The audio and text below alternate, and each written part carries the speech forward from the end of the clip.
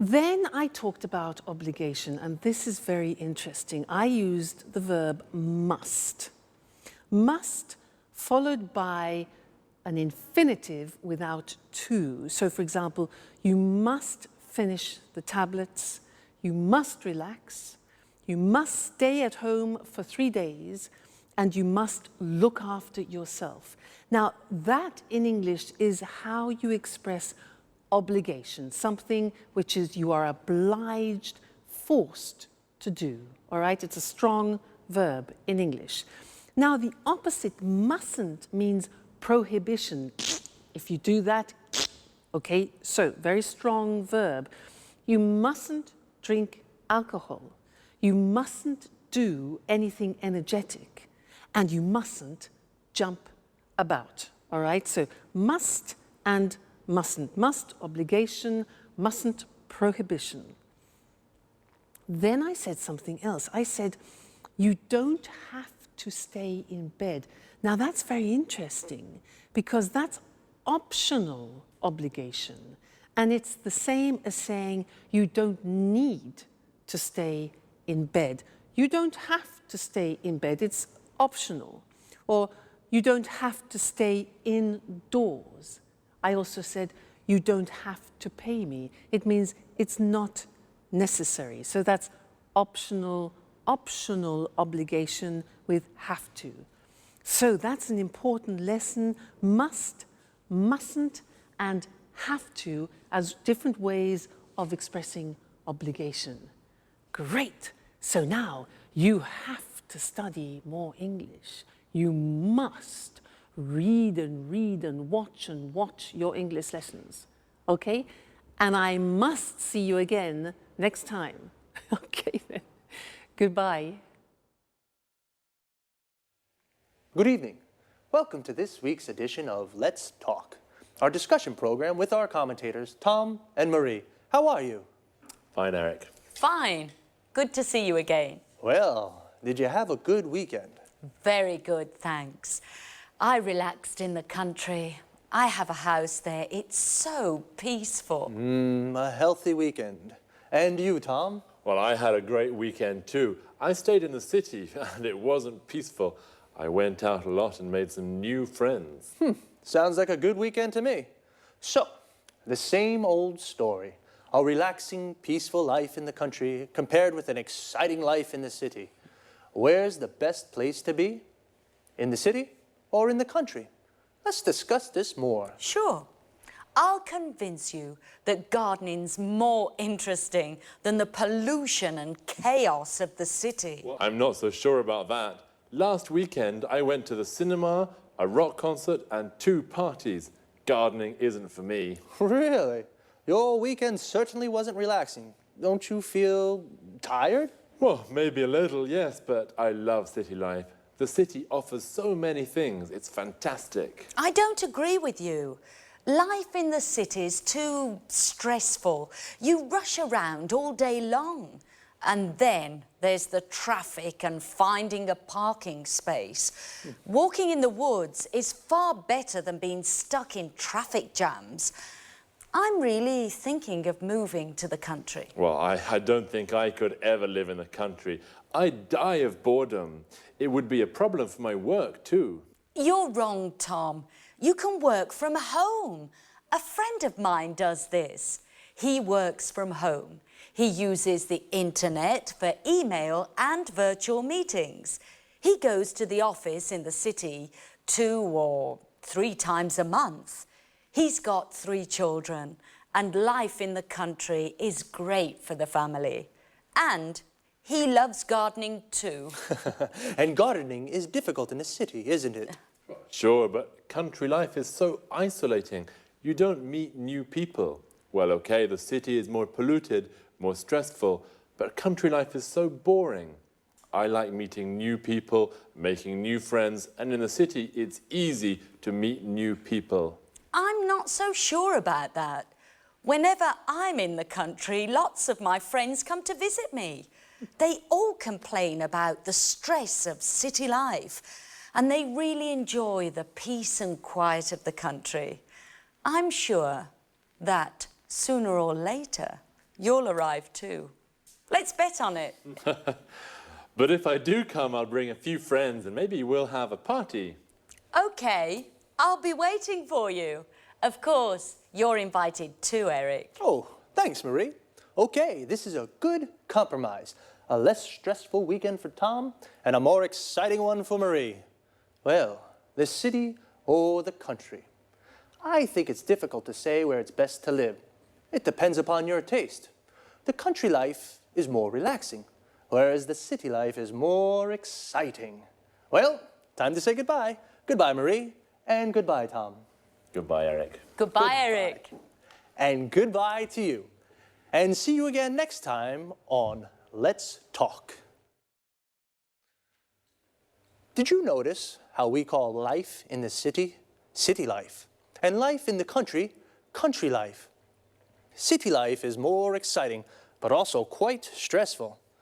We say something is stressful when it makes you nervous. The traffic in the city is stressful. Traffic is the word we use for cars, buses, trucks, everything on the roads. When the traffic moves slowly or stops, we say there is a traffic jam. Parking in the city is also stressful. It's often difficult to find a parking space to park your car. Notice the verb is to park, and a place where you can leave your car is called a parking space. Usually in cities, there are car parks. A car park is a big area with lots of parking spaces for many cars. Another problem in the city is the pollution. Pollution is the contamination of the environment. For example, the traffic makes the air dirty. In the country, the air is clean and it's easy to park. But Tom says it's boring to live in the country because there's nothing to do. Boring means that it's not interesting. Marie says it's relaxing to live in the country. Relaxing means it makes you feel relaxed. Notice that often the adjectives we use to describe things, places, or people end with ing. The city is exciting. The country is relaxing, but boring. Adjectives that describe how a person feels often end with ed, ed. Tom is bored. In the country, Marie is relaxed. In the country, and stressed. In the city. Marie said that the city, you rush around all day. Rush around means to go everywhere and do everything very quickly. But in the country, you can go for walks in the woods and do the gardening. A wood is an area with lots of trees. The gardening is the work you do in your garden, like watering the plants or cutting the grass. Well, see you. Welcome to Cooking Today. Today I'd like to introduce you to a very special guest, Lisa French. She's the popular author of the bestseller, A PhD in Homemaking. Lisa, thank you so much for inviting us into your home. It's my pleasure.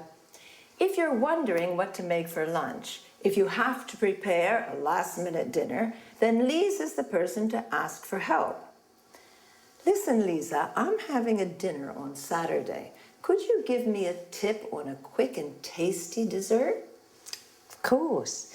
You can prepare an easy-to-make dish with fresh strawberries.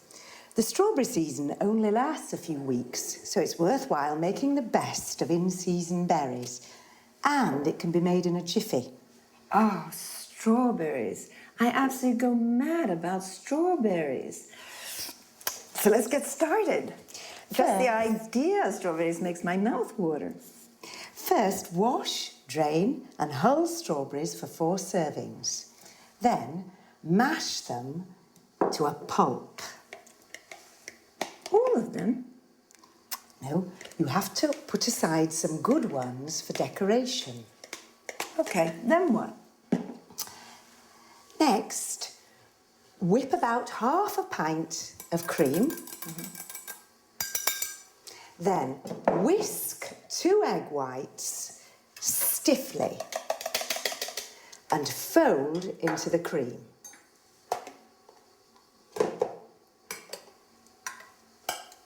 Add the strawberry pulp and stir in 2 tablespoons of caster sugar. Does it need cooking? No, all you need to do is pour the mixture into individual goblets. Is that all? Don't forget to decorate each one with a bit of whipped cream and the whole strawberries you put aside. Now your dessert's ready to serve. Oh, it looks delicious. Let me have a taste right now. Yummy. This is sensational. If any of you have a request regarding homemaking, then please contact us at our studio, 800-332211, or send an email to cookingtoday@homemakingtv.com. Thank you, Lisa. We have so much to learn from you. Thank you for coming. Have you enjoyed the recipe? Well, now let's go over the language used in the interview. First of all, let's explain what a homemaker is. A homemaker is an expert in all matters concerning administration and running of a household, cooking, budgeting, sewing, etc. Lisa used some typical culinary terms. Drain means eliminating excess water from food after washing or boiling. You drain pasta, vegetables, and so on. Hull means removing inedible parts from the food, like peas, beans, or strawberries. Mash means crushing some food, such as potato or carrots, into a paste. Whip means beating to a fluffy consistency, as in whipping cream. Whisk means whipping, egg whites, for example, to a froth, incorporating air or until firm. We say whisking stiffly. Stir is moving a spoon around a liquid when we add one ingredient to another. And mix them together when we say stir in. Fold in means blending other ingredients to a whipped mixture, stirring gently. Pour means adding a liquid into a mixture or serving tea, coffee, water. Lisa also mentioned a goblet, which is a small cup with stem to serve fruit salad or ice cream. A pint, which is a unit of liquid measure equivalent to 568 milliliters, a UK pint, or 550 milliliters, a US pint. A tablespoon is also used as a unit of measure.